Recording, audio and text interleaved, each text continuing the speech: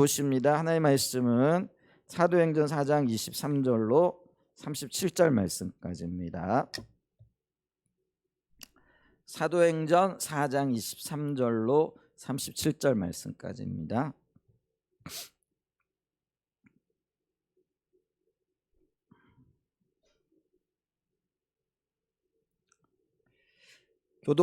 교독하겠습니다. 사도들이 누임의 그 동료에게 가서 제사장들과 장로들의 말을 다 알리니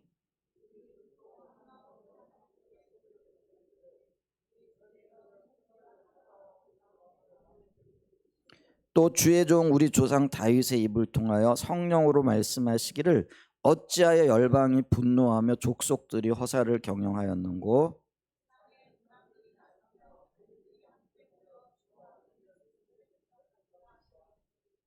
과연 헤롯과 본디오 빌라도는 이방인과 이스라엘 백성과 합세하여 하나님께서 기름 부으신 거룩한 종 예수를 거슬러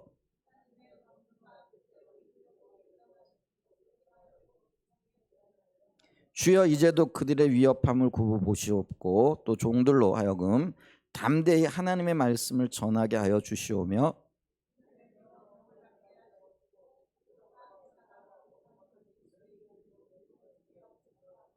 빌기를 다음에 모인 곳이 진동하더니 무리가 다 성령이 충만하여 담대히 하나님의 말씀을 전하니라.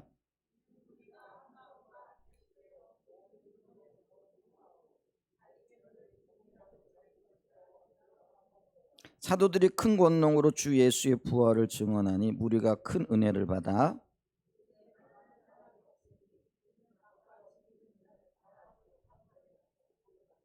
사도들의 발 앞에 두매 그들이 각 사람의 필요를 따라 나누어 줌이라.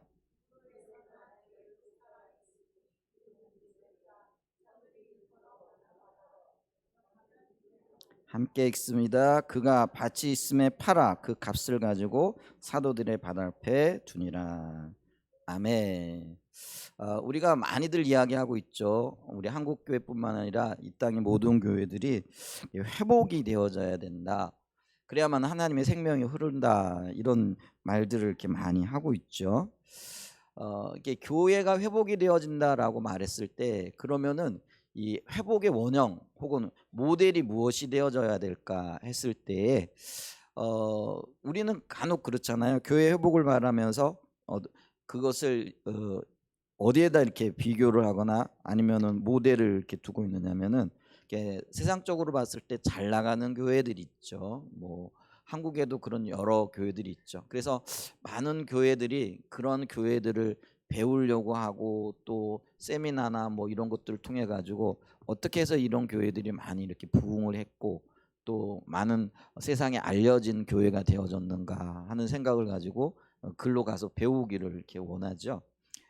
근데 성경적인 의미에서 보게 되어지면은 우리가 회복을 말하고 또 그 회복을 해야 될 때 어떻게 회복이 되어져야 되는가, 이거는 초대 교회가 우리의 롤 모델이 되어져야 된다라는 거죠. 다시 말하면은 뭐 우리 옆에 있는 교회나 혹은 뭐 이 땅에 존재하는 많은 교회들 중에 본받을 만한 교회가 있겠죠. 그래서 뭐 그런 어떤 장점들을 배우는 것도 좋겠지만 궁극적으로 봤을 때에는 우리가 회복되고 추구해야 될 교회는 초대교회다, 이렇게 말할 수가 있겠죠.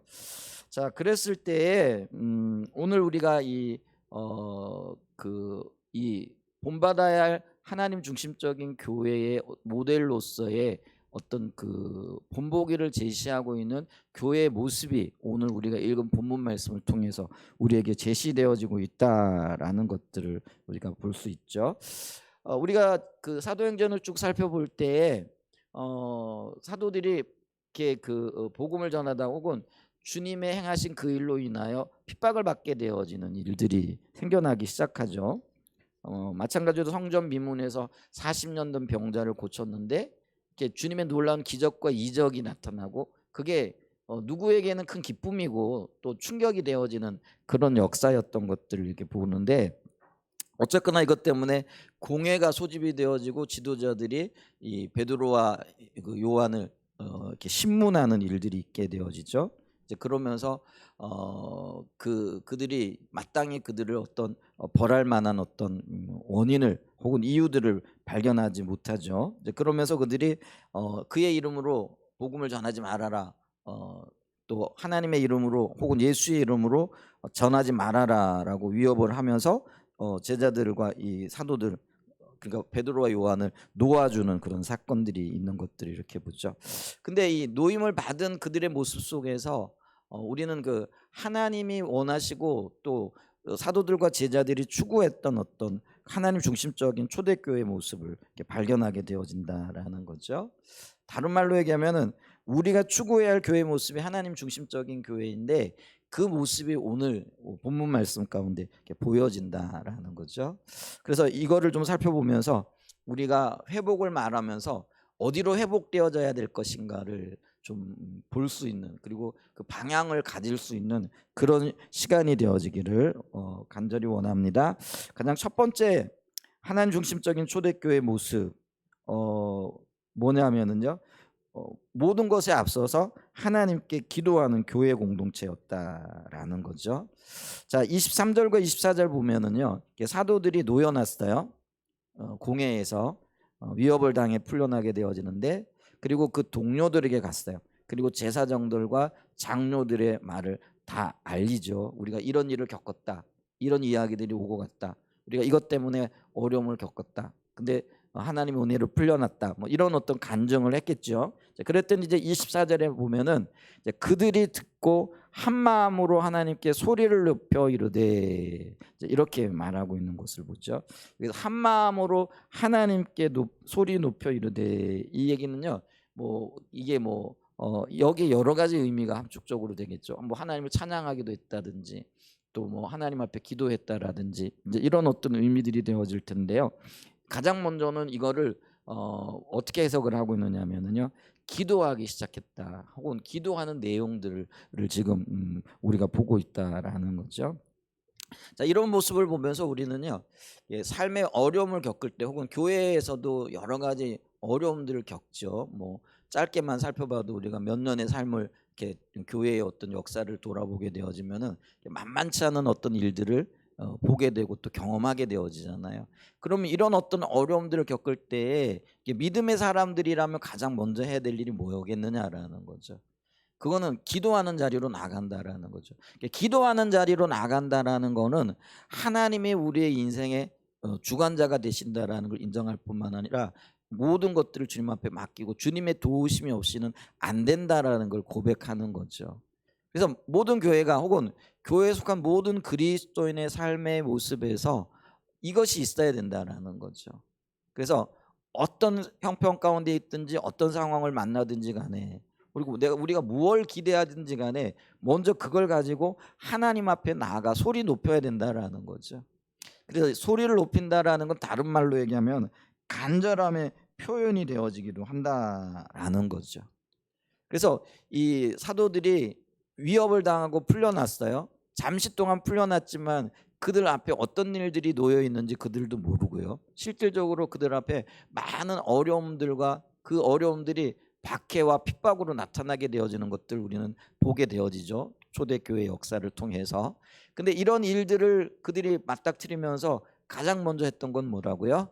소리 높여 하나님 앞에 기도하기 시작했다라는 거죠. 근데 이 초대교회는요, 어떤 의미에서 보게 되면 태생 자체가 기도의 결과물이라는 것이죠. 우리가 사도행전 1장을 보게 되어졌을 때도 그들이 마가의 다락방에 모여가지고 했던 게 뭐예요?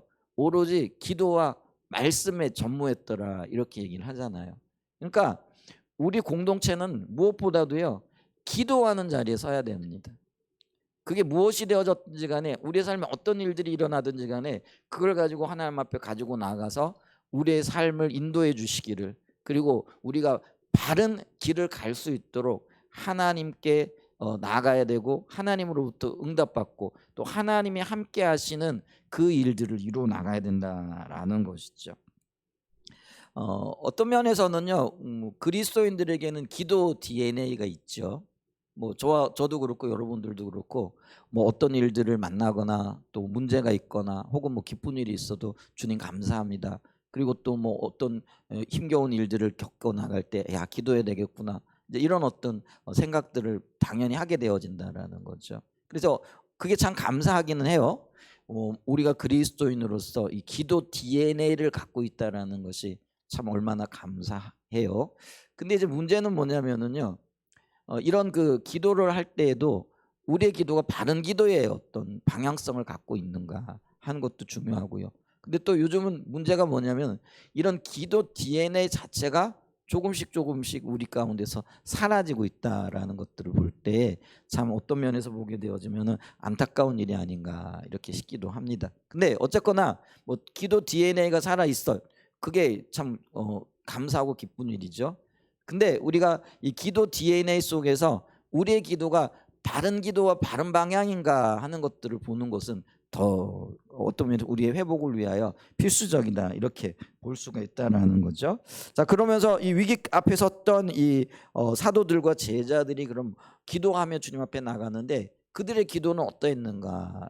그래서 그 기도들의 모형을 보면서 우리가 해야 될 기도의 어떤 모델들을 발견해 나가게 되어진다라는 거죠. 자, 작은 첫 번째로 먼저 그들은요 하나님을 높임으로 나갔다라는 거죠. 이걸 우리가 다른 말로 얘기하면 찬사했다, 혹은 뭐 하나님 앞에 영광 돌렸다 이렇게 이야기를 할 수가 있다라는 거죠. 그래서 소리를 높여 이르되 그들이 뭐 했어요? 대주제여 천지와 바다와 그 가운데 만물을 지으시니요 이렇게 얘기를 하는 거죠. 그들은 기도를 하되 먼저 하나님을 높이고 하나님이 어떤 분인가에 대한 인정을 하는 거죠. 그들이 대주제요. 이건 뭐냐면 온 우주의 주관자요라는 그런 의미가 되어지겠죠. 이제 그러면서 어떤 고백을 해요? 하늘과 땅과 바다와 그리고 뭐 하늘과 땅 사이에 있는 모든 것들 혹은 바다 속에 있는 그 모든 것들을 창조하신 분이라는 거죠. 그래서 우리가 하나님을 찬사할 때 이 찬사할 수 있는 여러 가지 제목들이 있잖아요. 근데 그 중에 가장 큰 게 뭐냐면 하나님이 우리의 창조주가 되신다라는, 이게 얼마나 놀라운 일인지요. 여러분 우리가 성경적인 개념을 보게 될 때 하나님은 무에서 유를 창조하실 수 있는 유일한 분이죠. 우리에게도요 일정 부분 창조의 능력은 있어요. 근데 우리에게 이 창조의 능력은요 있는 곳에서 새로운 어떤 것들을 발견해 나가는 그런 어떤 창조성인데, 하나님은 무에서 유를 창조하시는, 이게 우리와는 비교할 수 없는 능력을 가지신 분이라는 거죠. 근데 우리가 그걸 인정하게 되어질 때 그분에 대한 믿음 혹은 그분을 기대함 이런 것들이 있게 되어지는 거죠. 그러니까 오늘날 많은 사람들이 희망과 소망을 잃어버렸어요. 그게 오늘날 우리의 모습이잖아요. 왜 희망과 소망을 잃어버렸느냐면요 창조주 되신 하나님 그분을 잃어버린 것과 무관하지 않아요. 그러니까 보세요. 무에서 유를 창조하시는 창조의 하나님을 그들이 잃어버리게 되어지니까 우리 안에 보여지는 건 뭐예요? 전부 다 보여지는 것에서 또 혹은 내가 할 수 있는 곳에서 어떤 희망을 찾고 소망을 찾아요. 근데 살아보니까 어때요? 내 삶 속에 내가 할 수 있는 것들이 너무나 제한적이에요. 할 수 있는 것들도 없어요. 그러니까 동시에 소망도 없고 희망도 없는 거지. 요즘 젊은이들이, 여러분 우리가 이런 것들과 전혀 무관하다라고 말할 수 없다라는 거죠. 왜? 조금만 어려움이 오면은요 그 어려움을 뭐 극복해 보려고 노력을 했겠죠. 근데 생각대로 안 되는 거죠. 힘들고 어려운 거죠. 그러니까 스스로 어떤 면에서는 생을 포기하는 그런 일들이 생겨나는 거죠. 생을 포기한다라는 건 어떤 의미냐면요 그들 안에 어떤 소망도 없다라는 거예요. 그게 절망을 느낀 거죠. 그 절망 때문에 생을 포기하는 일들이 생겨나는 거죠. 근데 그 생을 포기한 사람에게도 조그만 어떤 희망이 존재하고 있었다라고 한다면은 결코 생을 포기하지 않겠죠. 근데 무에서 유를 창조하시는 하나님을 알고 있는 사람들은요 내 힘과 내 능력으로는 안 되지만은, 내가 보이는 어떤 것들로는 할 수 없지만은 하나님의 무한하신 그 창조의 능력이 나와 함께 하신다는 그것이 인정되어지고 그것 때문에 희망을 갖게 되어진다라는 거죠. 그래서 이 창조주 하나님을 찬양하고 그분을 바라본다라는 거는 사도들의 입장에서 볼 때요 그들이 부딪힌 벽이 굉장히 높아요. 그리고 그들이 헤쳐나가야 할 길이 결코 만만하지 않죠. 유대 사회는요, 어떤 의미에서 보면 종교 사회입니다.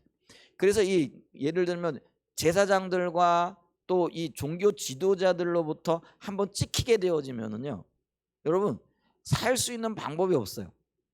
오늘날 우리하고는 달라요. 우리는 이게 다원화되고 다양화된 어떤 문화 수용하려고 하고 또 받아들이려고 하죠. 근데 유대 사회에서요, 종교 지도자들은요, 그들의 삶의 어떤 면에서는요, 가장 뭐랄까요, 강력한 중심이었을 뿐만 아니라 그 집단의 어떤 핵심적인 어떤 역할을 하는 사람들이었다라는 거죠. 근데 그들로부터 쉽게 얘기하면은 찍힌다, 어떤 면에서 배척을 당한다, 그러면 그 땅에서는 살아갈 수 있는 희망 혹은 소망, 이런 것들이 끊어진 것과 같다라는 거죠. 사도들이 그걸 모르겠느냐라는 거죠. 예수 이름으로 전하지 말아라, 이들의 종교 지도자들의 재판 결과가 그거였다라는 거죠. 그러니까 이 상황에 이렇게 부딪혔을 때 어떤 영역에서 보게 되어지면은요, 한 가지예요. 그냥 그거 포기하고 제사장들의 말을 듣거나 종교 지도자들의 말을 듣게 되어질 때 그들의 삶의 평안이 유지되어지는 거죠. 근데 그거를 거부하거나 반대의 어떤 길을 나가게 되어질 때 그들에게는요, 정말 만만치 않은 방해들 그리고 큰 벽들이 존재할 거라는 거죠.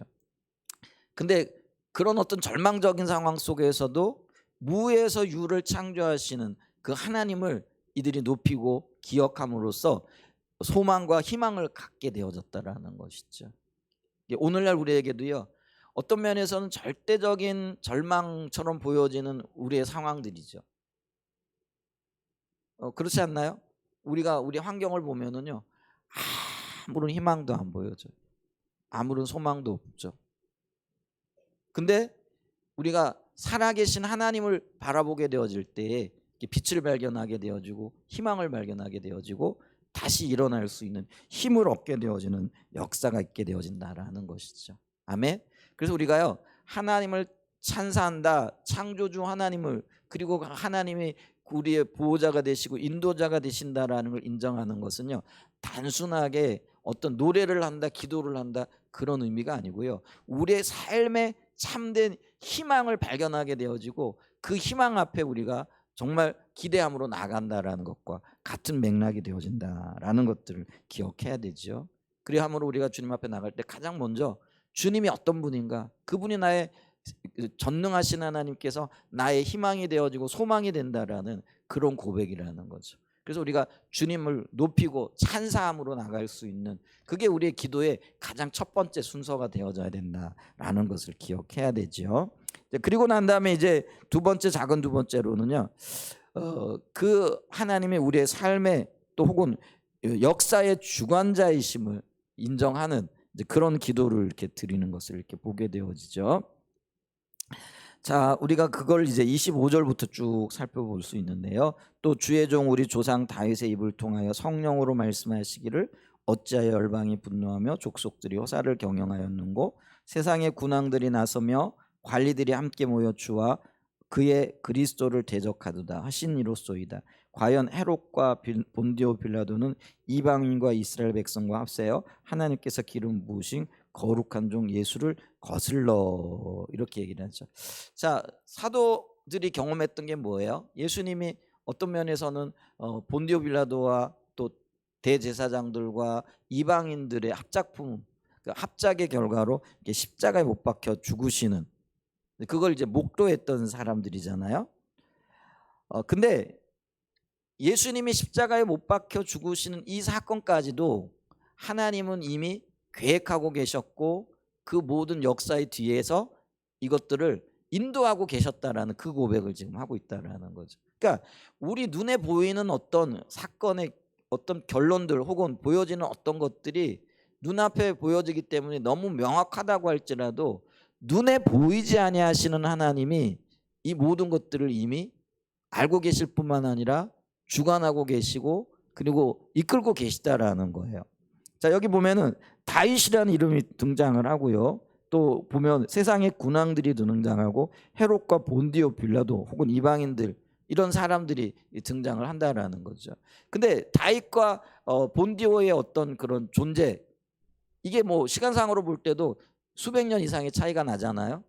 근데 이 모든 역사의 흐름 속에 결국은 그 모든 것들을 주관하시는 분이 하나님이라는 것을 보여주고 계시다라는 거죠.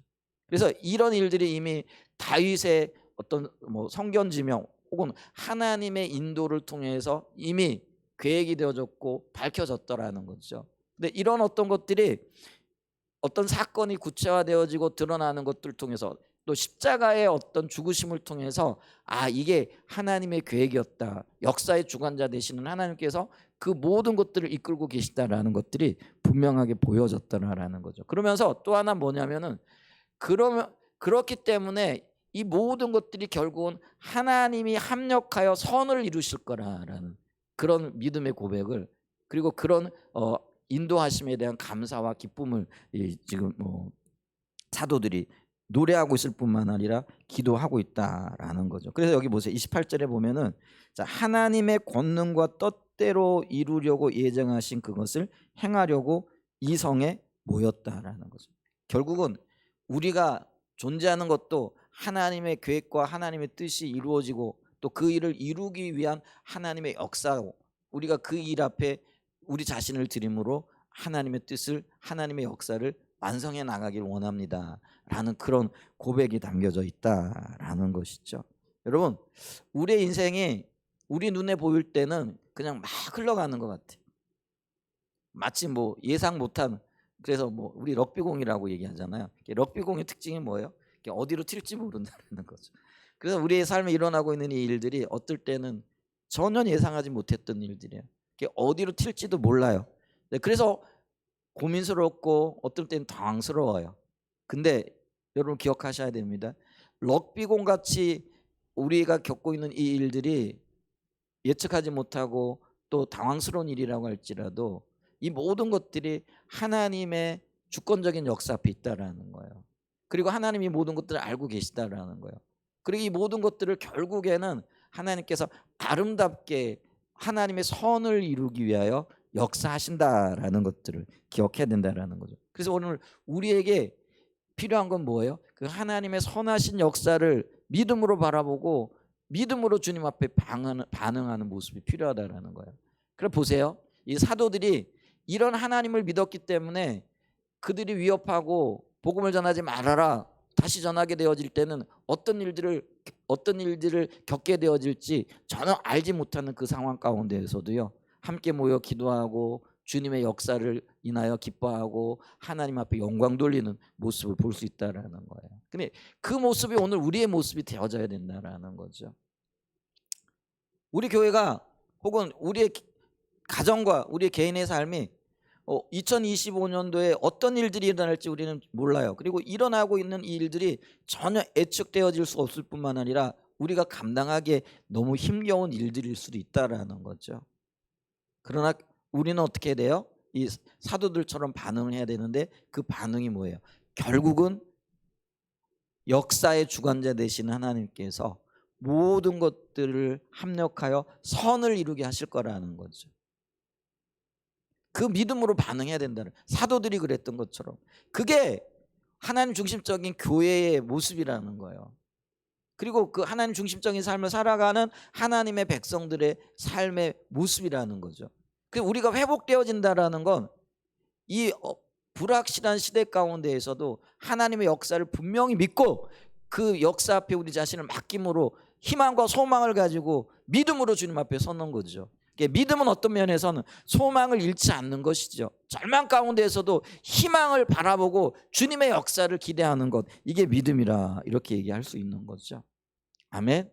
이제 그런 하나님 중심적인 교회, 그런 자리로 들어가야 됩니다. 힘들고 어렵다고 금방 포기하고 또 낙심하고 심지어는 이런 하나님 나 안 믿겠다고 이렇게 떠나갈 것이 아니라 이런 연단과 훈련을 통해서 더 새롭게 하실 하나님을 기대하고 주님 앞에 설 때 과연 하나님께서 우리의 삶에 어떻게 일하실 것인가, 이거를 우리가 경험하게 되어질 거라는 것이죠.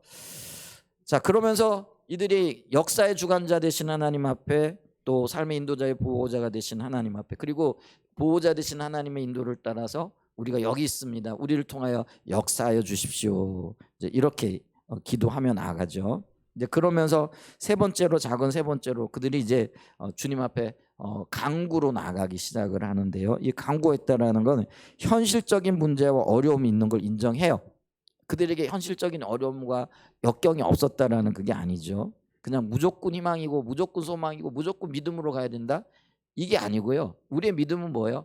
현실적인 어려움을 그걸 직시하고 그 어려움에 토대해서 그 어려움을 주님께로 가지고 나가는 거예요. 그리고 하나님께 그걸 맡겨드리는 거죠. 그리고 하나님이 역사하시도록 기대하고 바라보고 또 기도하는 가운데 지속적으로 주님 앞에 서는 것을 의미한다라는 거죠. 그래서 그 현실적인 문제와 어려움을 가지고 그럼에도 불구하고 소망을 가지고 주님 앞에 나아가는데요.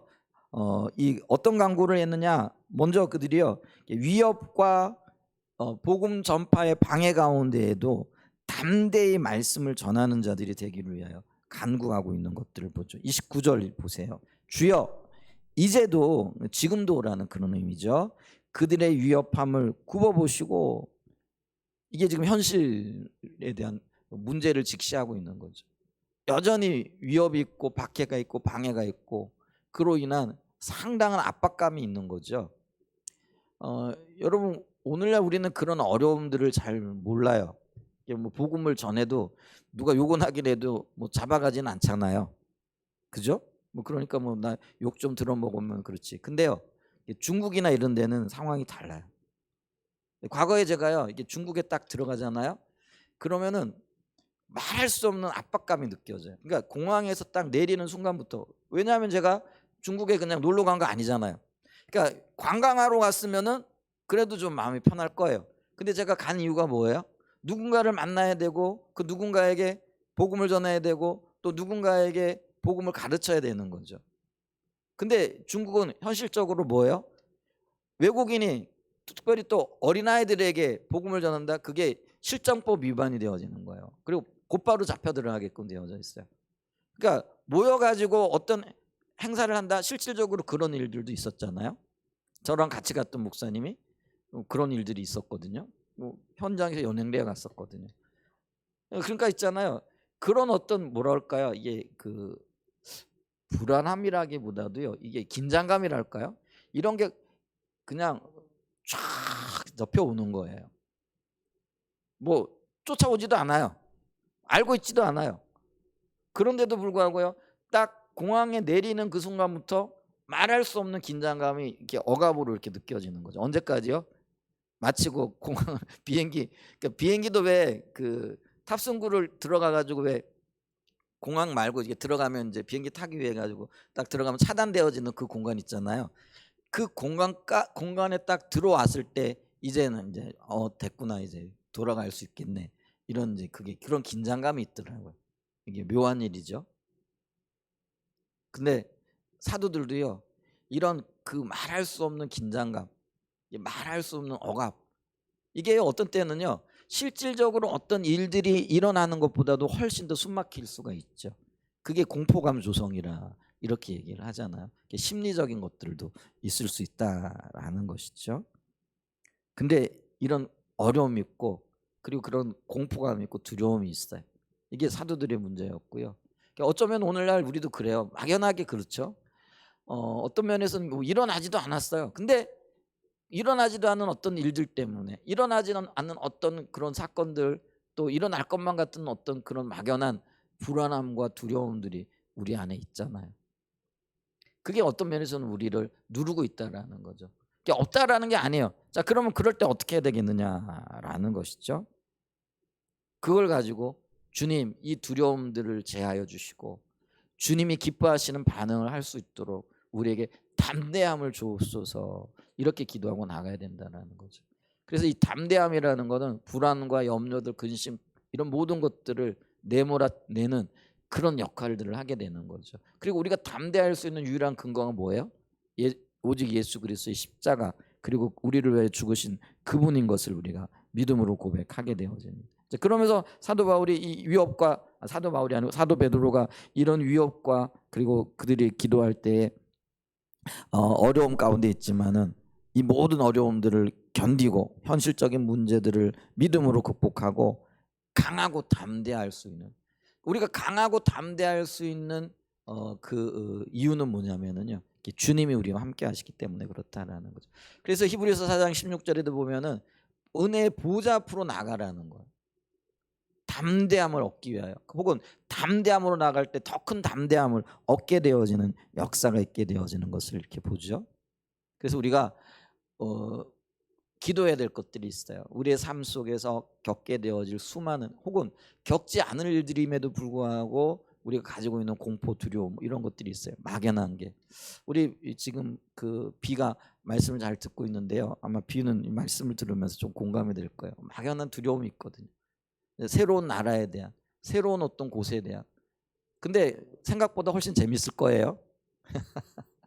하나님 함께 하시기 때문에. 그러니까 우리가 어떤 일들이 일어날지는 알지 못해요. 그러나 하나님이 함께 하신다라는 거예요. 그게 우리의 담대함이 되어져야 됩니다. 아멘. 여러분, 우리의 삶에 문제가 없고 어려움이 없지 않을 거예요. 근데 그거보다도 훨씬 더 놀라운 건 뭐냐면요, 그 어려움과 현실 가운데 누가 함께 한다라는 거예요. 하나님이 함께 하신다라는, 그게 우리의 담대함이 되어지는 거예요. 그러니까 이런 담대함이 되어지니까요, 이 제사장들은 그 이름으로 전하지 말아라 이렇게 요구를 하고 위협을 했잖아요. 근데 어떻게 해요? 이 담대함 때문에 오히려 예수가 부활하셨다, 그분이 우리의 주인이 되신다, 그분이 우리의 생명이다, 이걸 복음이죠. 이거를 강력하게 전하게 되어지는 거죠. 그래서 이 담대함을 얻고 이 담대함으로 인하여 말씀을 전할 수 있도록 우리에게 은혜를 베풀어 달라고 이렇게 기도하고 있다라는 거죠. 여러분, 오늘 우리가 주님 앞에 기도해야 될 이유가, 또 담대함을 얻어야 할 이유가 뭐예요? 말씀을 전하고 하나님의 뜻을 전파하고 이런 것들이에요. 근데 이제 우리의 기도의 DNA가 있는 건 참 좋은데, 이 강구의 영역에 들어왔을 때 너무나 성경적인 어떤 의미의 기도, 또 주님이 원하시는 기도와는 거리가 멀더라라는 거죠. 초대교회 혹은 하나님 중심적인 교회가 기도해야 될 기도의 강구는 뭐냐면요, 하나님 나라와 주님의 말씀에 근거한 것들이 되어져야 되는 거죠. 근데 오늘 어떤 면에서는 오염되어져 있는 우리의 기도 생활, 이게 어떠냐면 순전히 자기 중심적이라는 거죠.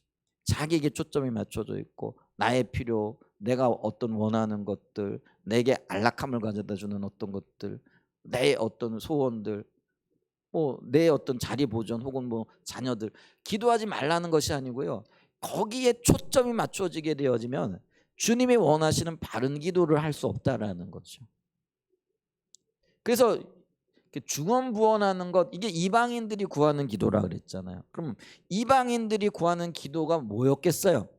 전부 다 이 자기중심적인 기도였다라는 거죠. 근데 뭐라고 말씀을 하고 있어요? 너희는 먼저 그의 나라와 그의 의를 구하라고 했을 때, 이 하나님 앞에 합당한 기도, 또 하나님의 나라를 증거하기 위한 어떤 기도, 이런 열망을 가지고 나가게 되어질 때 이 삶이 올바르게 초점이 맞춰지게 되어지면 이 삶을 위한 모든 필요들이 채워진다라는 거예요. 그래서 바로 서라는 거예요. 바로 서지도 않았는데 하나님이 우리에게 우리의 필요를 채워주실 수가 없다라는 거죠. 그러니까 우리가 똑바로 서게 되어질 때 똑바른 삶을 살아가기 위한 하나님의 은혜, 하나님의 긍휼, 하나님의 공급하심이 있는 거예요. 그래서 너희는 먼저 그의 나라와 그의 의를 구하라, 그리하면 이 모든 것들이 너에게 더해지리라. 이게 올바른 기도의 순서라는 거예요. 근데 우리는 뭐예요? 이 모든 거 먼저 더해 주세요, 그러면 똑바로 설게요. 근데요, 이 모든 것들을 더해줬더니 똑바로 서는 게 아니라 어떤 일들이 나고 어떤 열매들이 맺혀져요? 더 낮아빠지는 거죠. 표현이 좀 그렇습니다. 더 주님으로부터 멀어지는 거예요. 이런 일들이 일어나는 거죠. 근데 똑바로 섰을 때 이 모든 것들이 더해지잖아요. 그러면은 주님의 영광을 위한 도구들이 되어질 수 있다라는 것들을 기억해야 합니다. 자, 그러면서 또 하나, 그들이 유혹과 방해 가운데서도 담대함을 얻기로 해요. 왜요? 말씀을 전하기 위하여. 먼저 그의 나라와 그의 의를 구하기 위하여 하나님 앞에 간구했어요. 그러면서 또 하나 뭐 어떤 기도를 하느냐면은요. 하나님의 능력이 하나님의 임재가 뒷받침되어지기를 기도하죠. 자, 30절 보세요. 자, 손을 내밀어 병을 낫게 하시옵고 표적과 기사가 거룩한 중 예수의 이름으로 이루어 주게 하옵소서. 이게 손을 내밀어 병을 낫고 표적과 기사가 나타나는 게 이게 뭐예요? 성령의 기름 부음이라는 거죠. 이게 은사적으로 나타날 수도 있고 또 성령의 내적인 충만함 가운데 열매로 나타나는 어떤 것들일 수도 있는 거죠. 근데 이게 예수의 이름으로 이루어지게 해달라.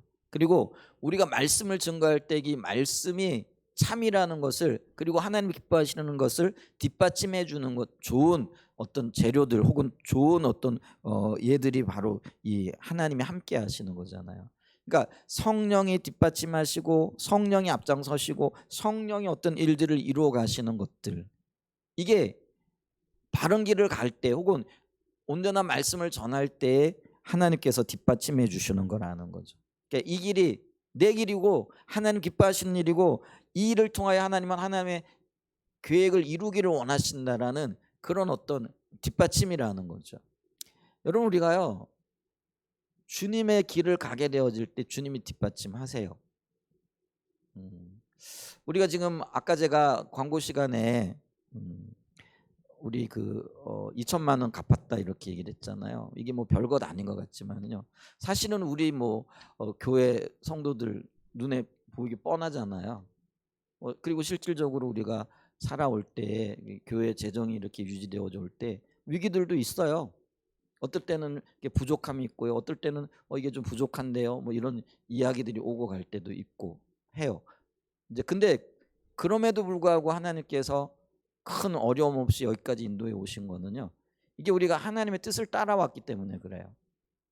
주님이 기뻐하신 대로 하나님이 기뻐하시는 편을 택해서 왔기 때문에 그렇거든요. 뭐 인간적으로 생각하고 계산하게 되어지면은 어떻게 그런 일들이 또 이게 너무 힘든 거 아니냐 이렇게 생각할 수 있는 여러 가지 일들이 있을 수 있잖아요. 그런데도 이게 주님이 기뻐하시는 일이고 주님이 이끄실 거라는 그런 그게 그 어떤 기준이 있고 그 믿음이 있고 그 앞에서 우리의 담대함이 있고 나아가는 거죠. 그랬더니 여기 하나님 뭐예요? 뒷받침하시는 거잖아요. 이제 그러니까 비록 조금이긴 하지만은 조금이 아니네. 2천만 원이 작은 건 아니죠. 굉장히 큰 거죠. 이렇게 갚아갈 수 있도록 또 하나님께서 은혜를 베푸시는 거죠. 그게 뒷받침이에요. 만약에 우리가 주의 길을 따라오지 않았다 그러면은요 하나님께서 그 뒷받침하실 필요도 없고 이유도 없는 거죠. 그러니까 왜 우리의 삶에 하나님의 뒷받침이 없는가? 하나님 인도가 없는가? 하나님 보호하심이 없는가? 그럼 그걸 보면은요 우리가 주의 길을 벗어나 있을 때가 많더라는 거죠. 주님은 주님의 길을 가는 자들에게 하나님의 뒷받침을 하시는 거예요. 물론 모든 것이 그러냐? 그런 건 아니에요. 때로는 하나님께서 우리를 더 새롭게 하시려고 더 강하게 하시려고 혹은 더 놀라운 역사를 위하여 우리가 알지 못하는 일들을 이루어가기도 하시죠. 자, 그럼에도 불구하고 우리는 그때라도 어떻게 된다라는 거예요? 주의 길 가운데 바로 서야 된다라는 거예요. 그러면은 하나님의 뒷받침이 있는 거죠. 그러면서 우리가 이 하나님의 뒷받침을 보면서 하나님의 이 일을 기뻐하고 계시구나. 그러면서 하나님의 위로가 있고 하나님의 함께하심이 보여지는 거죠. 그러니까 우리가 위기 가운데서도요 여전히 우리는 헤쳐나가야 할 길이 많잖아요. 아직까지 5억 2천이나 남았어요. 적은 건 아니에요. 헤쳐나가야 할 게 굉장히 많아요. 근데 그럼에도 불구하고 뭐예요? 주님이 주시는 위로가 있고 주님이 주신 평강이 있고 주님이 하실 것이라는 믿음이 있고 그래서 주님을 기대하며 서는 거예요. 문제가 없다라는 게 아니에요. 헤쳐나가야 할 어떤 벽이 높지 않다라는 게 아니에요. 여전히 높아요. 그럼에도 불구하고 우리는 주님을 기대하는 거예요. 왜? 주의 길을 올바로 또 주님의 인도를 똑바로 받게 되어질 때 하나님이 그걸 뒷받침하신다라는 거죠. 그래서 사도들도 지금 그 기도를 하는 거예요. 우리가 올바른 주의 길을 갈 테니까 주님 우리를 뒷받침해 주세요. 뒷받침하시는 하나님의 역사를 경험할 수 있는 은혜를 베풀어 주세요. 지금 이거죠. 우리 교회도 그런 기도를 해야 됩니다. 주님 우리가 주의 길 가기를 원합니다. 주님 이 시대 가운데 지금 선교적인 교회로서 한사랑교회중교회를 세우기를 원하시고 정말 산 위에 있는 그런 도시의 역할을 감당하기를 원하시는데 이 길 가기를 원합니다. 그럼 이 길 갈 수 있도록 주님 뒷받침해 주세요. 주님이 함께 하시는 그 역사들, 그 열매들 이런 것들을 볼 수 있도록 해 주세요. 이런 기도가 필요하다라는 거예요. 그리고 이런 기도를 지금 오늘날로 얘기하면은 사도들이 지금 그 기도를 지금 하고 있다라는 거죠. 그래서 이 우리의 기도의 모본을 지금 보여주고 있는 것을 이렇게 보죠. 참 아름다워요. 근데 이런 어떤 초대교회의 모습들을 보면서 왜 그랬는지는 잘 모르겠지만은 우리가 선지자적인 기도에서도 예를 들고 있는데 그 오리겐이라는 교부죠. 교회들의 아버지라는 그런 의미로 교부들인데 교회의 성장, 교회가 세워지는데 굉장히 영향을 미쳤던 분들이죠. 오리겐이라는 분이 계세요. 그분이 기도의 모델을 우리에게 제시해주고 있는데 그 모델이 뭐예요? X 모델이라는 거죠.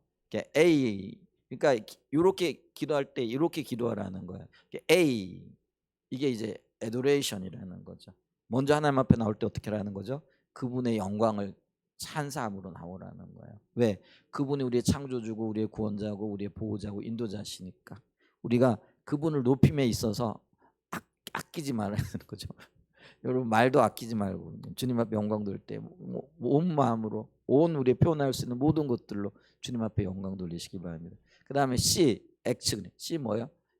컴패션. 뭐예요? 고백하라는 거예요. 뭘 고백해요? 혹시 내가 하나님 앞에 합당하지 않은 것들이 있는가? 주님의 뜻대로 살지 못한 것들이 있는가? 죄를 고백하고 또 주님이 내게 베풀어 주신 어떤 것들을 고백하고 이런 고백의 영역이 있다라는 거죠. 그 다음에 왜요? T, ACT, T가 뭐예요? Thanksgiving. 이게 뭐예요? 감사라는 거예요. 먼저 하나님 앞에 감사라는 거예요. 여러분 우리가요 이 감사는 우리가 할 수 있는 최고의 뭐라 그럴까요? 예배 중에 하나잖아요. 하나님이 우리에게 베풀어 주신 것들, 공급하신 것들, 인도하신 것들 얼마나 감사거리가 많아요. 그러니까 돌아보면은요 숨이 턱 막힐 것 같은 여러 수많은 일들이 있을 수 있어요. 한 해를 지나다 보면은요 재정적인 것 때문에, 관계적인 것 때문에, 혹은 건강 때문에, 또 우리 부모들은 또 자녀들 때문에, 자녀들은 또 부모들 때문에, 그렇잖아요. 정말 어떨 때는 숨이 턱턱 막히는 것 같은 그런 위기들을 만나게 되어지는 거죠. 근데요, 그때마다 하나님 피할 길 주셨잖아요. 안 그런가요? 그때마다 하나님께서 선한 길을 열어 주셨잖아요. 그때마다 하나님의 은혜를 붓고 계시잖아요. 때로는 우리가 느끼지 못할 그때에도 하나님은 그 일들을 이루고 계시잖아요. 그게 우리의 모든 감사거리가 되어진다라는 거죠. 여러분 우리가 겪고 있는 것보다 훨씬 더 많은 은혜를 베풀어 주셨어요. 그러니까 우리가 여기 지금 존재하는 거고 살아있는 거잖아요. 그러니까 이 모든 것들이 감사입니다. 아멘. 감사함으로 주님 앞에 설 수 있는 은혜가 있기를 축복합니다. 그 다음에 네 번째가 뭐예요? 이게 S죠. supplication. 이게 간구라는 거죠. 간구. 그래서 간구할 수 있어요. 여러 가지 간구할 수 있죠. 근데 이 간구에도요. 뭘 간구해야 되느냐? 가장 먼저는 뭐예요? 하나님 나라를 위한 간구를 해야 된다는 거죠. 뭘 위해 간구해야 된다고요? 하나님 나라를 위한 간구를 해야 된다. 그 다음에 이웃을 위한 간구를 해야 되는 거예요. 그 다음에 또 누구를 위한? 나의 필요 혹은 내게 어떤 절박한 문제들 이런 것들도 있을 수 있죠. 이런 것들을 가지고 나가는 거예요. 근데 오늘날 우리의 기도는 뭐예요? 그냥 전부 다 자기에게만 초점이 맞춰져 있는 거잖아요. 그러니까 그런 어떤 것들을 우리가 지향해야 돼. 지향한다라는 건 뭐예요? 이걸 그치고 이제는 정말 주님이 기뻐하시는 기도로 나가야 되는데 사도들이요. 요 오늘 기도를 보게 되어지면은 요런 어떤 기도들을 지금 그들이 했어요. 그리고 그들이 한 기도를 보고 우리가 교훈을 받는 거죠. 아, 기도는 이렇게 해야 되는구나. 그래서 그런 어떤 기도를 통해서 하나님의 뜻을 발견해가고 또 하나님의 뜻이 이루어지는 놀라운 역사들을 경험하게 되어지는 거죠. 자, 그래서 보세요. 초대교회에 어떤 공동체였느냐, 어떤 교회였느냐, 그들이 하나님 중심적인 교회였다. 그럼 우리가 본받아야 할 하나님 중심적인 교회인데 어떤 면에서요? 가장 먼저는 뭐예요? 기도하는 공동체로서요. 그들은 먼저 기도하는 공동체였어요. 그래서 우리 한사랑 예전교회도요. 정말 어떤 일이 있을 때마다 혹은 일이 없다고 할지라도 꾸준하게 기도하는 자리에 설 수 있는 은혜가 있기를 축복합니다.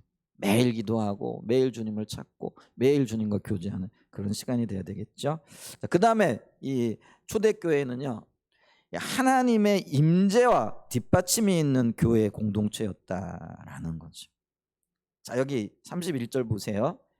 자, 빌기를 다음에 모인 곳이 진동하더니 이렇게 얘기를 해요. 여기서 진동한다라는 이 단어가요, 에살 유대라는 단어예요. 근데 우리가 진동할 때 바람에 흔들리는 상태, 뭐 지진이 동반된 뭐 땅이 흔들리는 거, 뭐 이런 것들이 있잖아요.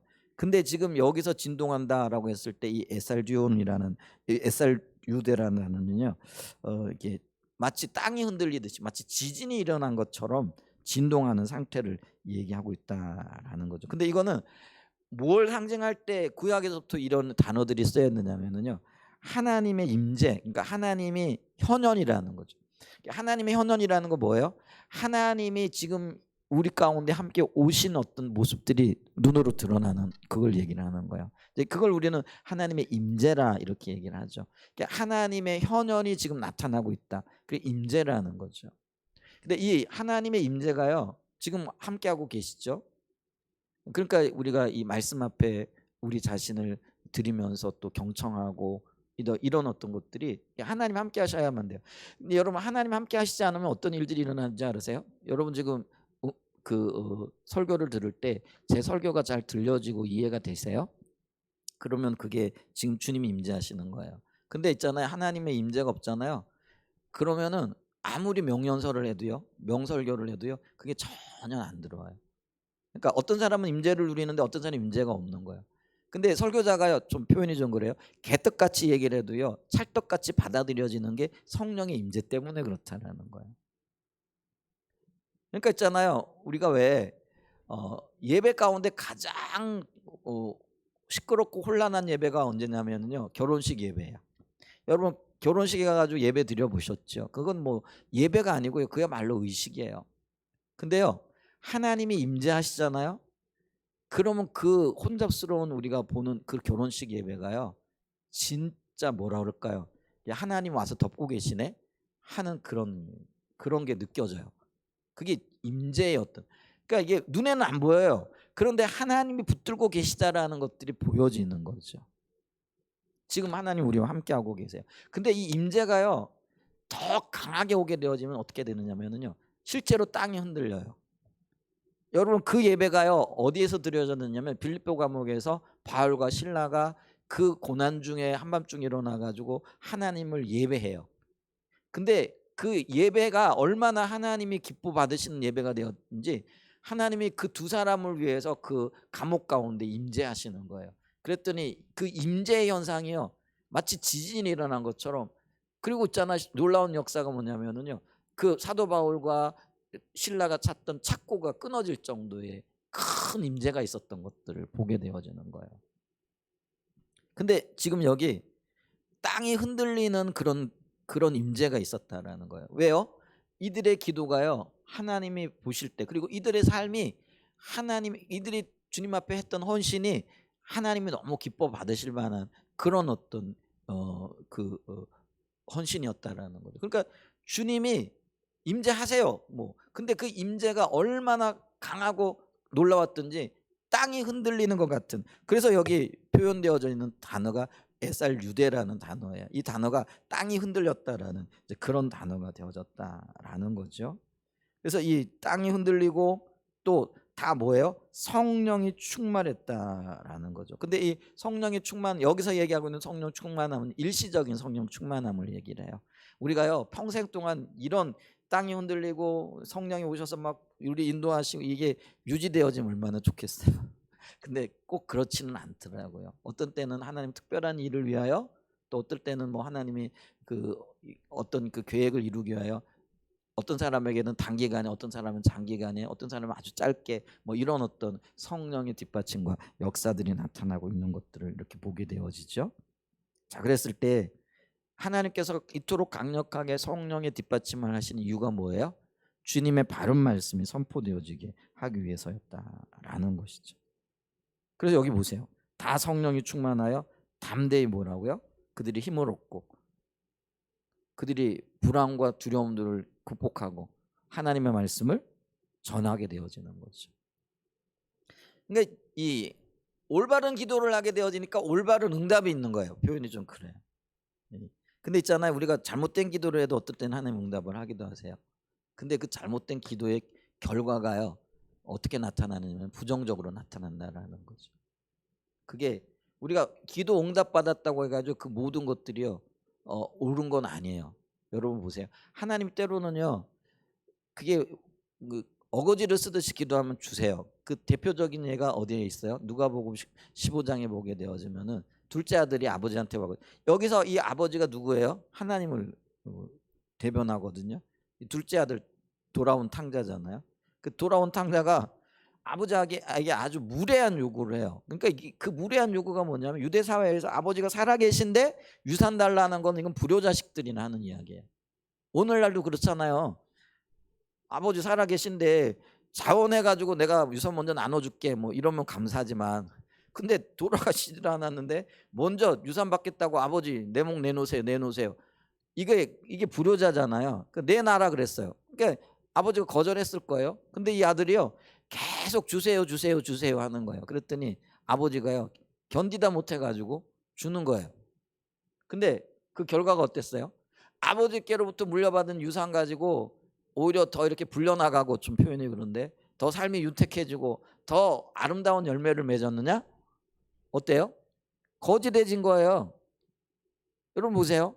내가 원하는 기도 받을 수 있어요. 주세요 하면 하나님이 어떤 때 마음이 약하셔가지고요, 그래 한번 이렇게 주세요. 근데 그게요 어떻다고요? 반드시 좋은 결과는 아닐 수도 있다라는 거예요. 대부분 그렇게 잘못된 동기를 가지고 기도하잖아요. 그렇게 얻게 되어진 응답은요 잘못된 결과를 가지고 올 수밖에 없다라는 거예요. 근데 여기 하나님의 말씀을 전하기 위하여 담대하고 성령의 역사를 구했더니 하나님이 바른 기도의 응답을 하시는 거예요. 그 결과로 하나님의 말씀이 더 강력하게 선포되어지게 되어진 역사가 있었다라는 거예요. 우리가요 하나님이 기뻐하시는 일, 선교적인 교회로, 그리고 선교적인 교회의 역할을 감당하기 위하여 저와 여러분들이 무장되어질 뿐만 아니라 그 일을 위한 뒷받침을 하나님 앞에 구하고 나아갈 때요, 우리 한사랑 예전교회는 강력한 성령의 뒷받침이 있을 거예요. 우리가 이거를 기대하고 주님 앞에 서야 된다라는, 그리고 바른 길 가야 된다라는 거죠. 그리고 성령이 뒷받침하게 되어질 때요, 우리가 거둘 수 없었던 열매들, 우리가 기대할 수 없었던 어떤 결과들이 나타나게 되어질 거라는 거죠. 하나님이 우리 한사랑 예전교회를 많이 지금 훈련시키셨어요. 어떤 면에서는요 다듬고 계신 거죠. 이 다듬음의 결과들 혹은 훈련시킴의 결과들이 이제는 조금씩 나타나게 될 거라고 믿습니다. 그리고 하나님께 그 일을 이루어 가실 거예요. 그럼 이제 우리는 뭐예요? 보여지는 대로 순종하면서 비춰지는 것 믿음 달라고, 혹은 감당하지 못한 그 길 가운데서 성령의 능력으로 함께 해달라고 우리가 정말 기도하면서 주님을 바라보며 나가야 돼요. 그럴 때 성령께서 강력하게 우리를 뒷받침하신 거죠. 저는 우리 한사랑 예전교회 가운데 성령의 강력한 뒷받침과 여러분의 삶 가운데 성령의 일하심이 있기를, 그리고 그것이 누려지고 보여지기를 간절히 원합니다. 그런 역사들이 있어야 되겠죠. 그래서 보세요, 하나님은 이 초대교회에는요 하나님의 강력한 성령의 뒷받침이 있는, 임재가 있는 교회였다라는 거죠. 그게 오늘 우리가 회복해야 할 영역입니다. 그 다음에 큰 세 번째로 뭐냐면요, 이 초대교회, 특별히 지금 우리가 회복해야 할 교회의 모습은 뭐냐면 삶이 곧 예배로 드려지는 교회였다라는 거죠. 몇 가지를 우리가 볼 수가 있는 거죠. 그들은요 32절에 보면은요, 믿는 무리가 한 마음과 한 뜻이 되어 모든 물건을 서로 통용하고 자기 재물을 조금이라도 자기 것이라고 하는 이가 없었다라는 것. 여러분, 내 것을 내놓고 마음껏 쓰세요. 이건 지금 소유의 문제가 아니고요, 다른 사람들을 용납하고 다른 사람들에게 나누는 삶의 모습이라는 거죠. 통용하는 것이 중점이에요. 내가 소유가 많으냐 적으냐 이게 아니에요. 그러니까 내게 가지고 있는 그게 적은 거라고 할지라도 그것을 다른 사람을 위하여 쓸 수 있느냐라는 거죠. 여러분, 근데 이게요 가능하겠냐는 거예요. 오늘날 이거 정말 어려운 일이에요. 내가 많이 가졌는지 적게 가졌는지 이 문제가 아니라는 거예요. 내가 가진 그것을 다른 사람들과 함께 쓸 수 있겠느냐라는 거예요. 다른 사람을 위해 쓸 수 있겠느냐 하는 그런 문제라는 거예요. 그런데 그들은요, 내가 가진 것을 내 거라고 얘기 안 해요. 그러니까 내 거니까 나만 써야 된다 이렇게 얘기를 안 해요. 내 거이긴 하지만은 소유가 없다라는 그런 얘기가 아니에요. 소유를 포기했다라는 그런 의미도 안 해요. 소유를 가지고 있을 때 내 소유를 가지고 다른 사람들과 함께 그리고 다른 사람들의 유익을 위하여 나누는 그 부분을 얘기하고 있다라는 거예요. 여러분, 이게 쉽겠느냐라는 거죠. 이걸요, 이렇게 할 수 있는 이유가 뭐예요? 하나님을 사랑하기 때문에, 그리고 하나님의 뜻을 알고 있기 때문에 이런 삶이 가능한 거라는 거죠. 그러니까 우리가 이럴 수 있어요. 입술로는 주님 사랑해요, 찬양해요, 주님 뜻대로 살기를 원해요. 그러는데 삶은 전혀 하나님 앞에 드려지지 않는 거죠. 너무 아까운 거죠. 그냥 움켜쥐는 거죠. 여러분, 그거는요, 어떤 면에서는요, 가짜 예배인 거죠. 근데 보세요, 이렇게 주님 앞에 고백한 대로 그걸 실질적으로 살아가는 거죠. 지금 여기 지금 초대교회 성도들의 삶의 모습이 그랬다라는 거예요. 그들은 주님을 높이고 주님이 창조주가 되시고 그 우리의 모든 것 되십니다 고백할 뿐만 아니라 자신의 소유를 내가 안 썼다라는 게 아니고 같이 썼다라는 거예요. 필요를 먼저 함께 나누었다라는 그런 얘기를 하는 거예요. 이게 굉장히 중요한 얘기라는. 그리고 이 모습이요, 어떤 면에서는요, 구약 시대에서부터 하나님께서 이 그 마지막 시대에 있게 되어질, 그게 이게 하나님 나라 천국에서 있게 되어질 그런 어떤 모습이라는 거죠. 그게 구약의 선지자들을 통하여 예언하고 그리고 하나님이 기대하셨던 모습이 초대교회에 일시적으로 나타나고 있는 거죠. 그리고 이 모습은요, 어떤 면에서 천국의 모형이라는 거죠. 천국에 가서도 우리가 우리 소유를 주장하겠느냐? 아니라는 거죠. 우리 소유가 없을 뿐만 아니라 거기서는 모든 게 하나님 것이겠죠. 근데 그 하나님 것을 마음껏 함께 쓰는 거죠. 이 모습을 지금 재현하고 있다라는 것이죠. 그래서 이게 그들이 그 주님 앞에 자기의 주권이 내려지고 자기 것이 내려지고 자기의 생각이 내려진 거죠.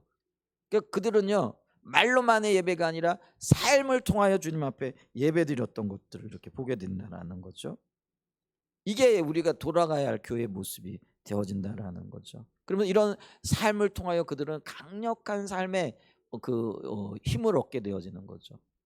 그게 뭐냐면요, 믿는 대로 살아가고 믿는 대로 살았을 때 나타나는 놀라운 능력인 거죠.